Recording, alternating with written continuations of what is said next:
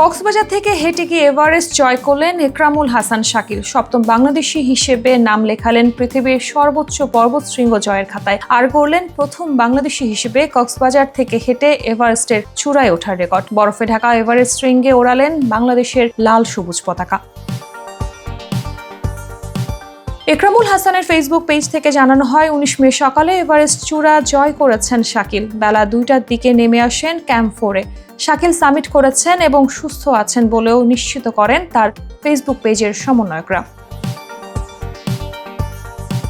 একরামুল হাসান শাকিল তার এই অভিযানের নাম দিয়েছেন C2 সামিট, অর্থাৎ সমুদ্র থেকে শৃঙ্গ। তবে তার এই অভিযান কিছুটা ব্যতিক্রম। শাকিল সিদ্ধান্ত নেন কক্সবাজার থেকে হেঁটে জয় করবেন পৃথিবীর সর্বোচ্চ চূড়া। সেই লক্ষ্যেই গত 25 ফেব্রুয়ারি দুপুরে কক্সবাজারের ইনানি সমুদ্র সৈকত থেকে এভারেস্টের চূড়ার উদ্দেশ্যে হাঁটা শুরু করেন তিনি।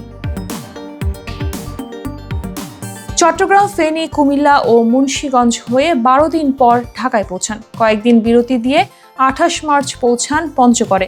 পরদিন বাংলাদেশ থেকে প্রবেশ করেন ভারতে। সে দেশের জলপাইগুড়িতে দার্জিলিং হয়ে 31 মার্চ পা রাখেন নেপালে। এভাবে 1400 কিলোমিটারের বেশি পথ হেঁটে গত 29 এপ্রিল এভারেস্ট বেজ ক্যাম্পে পৌঁছান একরামুল হাসান শাকিল।